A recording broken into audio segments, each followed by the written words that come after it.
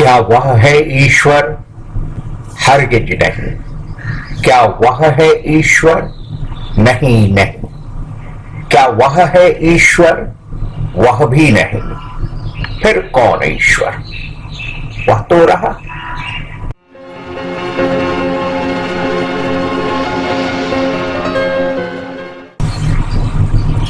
नेते नेते नेते नेते, यह नहीं, यह नहीं, यह भी नहीं, यह भी नहीं। इसके मायने क्या है?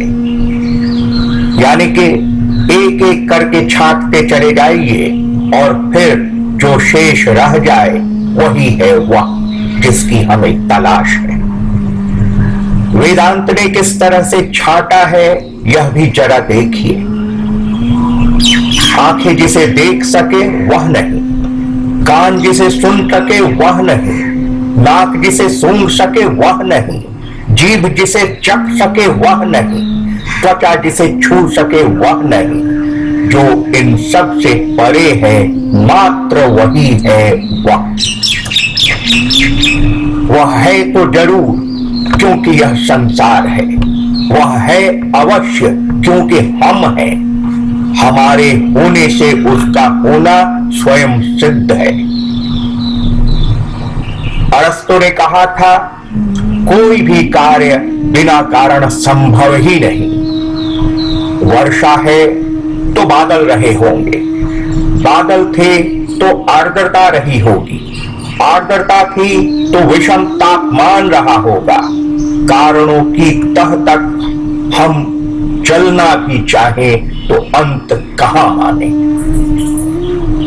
मौजूद सवाल है, मुर्गी थी पहले या की था अंडा? ऐसे में सहज सवाल उठता है, कहीं इन कारणों का कारण वह तो नहीं जिसकी हमें तलाश है। बात कुछ तो समझ में आती है, बात बहुत कुछ समझ आती है। केन उपनिषद में प्रकरण है, पवन को गुमान था कि वह किसी को भी उड़ा सकता है पर तिनके तक को उड़ा न सका। वरुण को गुमान था कि वह किसी को भी भिगो सकता है पर तिनके तक को भिगो न सका।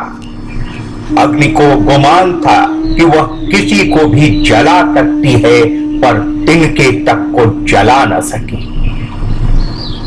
अग्नि की जो स्थिति अपनी ऊष्मा के बिना है, पवन का जो हर्ष अपने वेग के बिना है, और जो हाल वरुण का अपनी धार के बिना है, वही हालत इस समस्त संसार का है अपने नियंता के बिना। हमें अपने इंद्रियों पर इतना गुमान क्यों? आंखें तो रह जाती है प्राणांत के बाद भी, पर देख कहां पाती है। नासिका तो रह जाती है मरने के बाद भी, पर सूंघ कहां पाती है। कान तो रह जाते हैं जीवन के बाद भी, पर सुन कहां पाते हैं। वह है और निश्चय ही है, तभी तो कान सुन सकते हैं, नाक सूंघ पाती है और आंखें देख लेती हैं। वह जिसकी आंख नहीं, कान नहीं, नाक नहीं, वही हमारे देखने, सुनने और सूंघने का कारण है। वह हमारी नाक का नाक है, हमारे कानों का कान और आंखों की आंख है। कार्य कारण संबंध का जो सच अरस्तु ने बाहरी जगत को परख कर ईसा से 350 साल पहले प्रमाणित किया था, बिल्कुल वही सत्य हमारे ऋषियों ने अंतर जगत को निरख कर अरस्तु से भी 350 साल पहले उद्घाटित कर दिया था। कहने का मतलब है, विज्ञान का सत्य ज्ञान के सत्य से अलग नहीं है। यदि कुछ भिन्न है तो दोनों के रास्ते, अगर कुछ भिन्न है तो दोनों की भाषा। आभूषण में ढलकर भी स्वर्ण स्वर्ण रहता है। गहने के गलने से गहना नहीं रहता, पर सोना तो रहता है। कार्य कारण से जुड़ा हमारा जीवन ऐसा ही है। सभी जीव जंतु अलग अलग गहने हैं, पर उन सभी में सोना तो सोना है।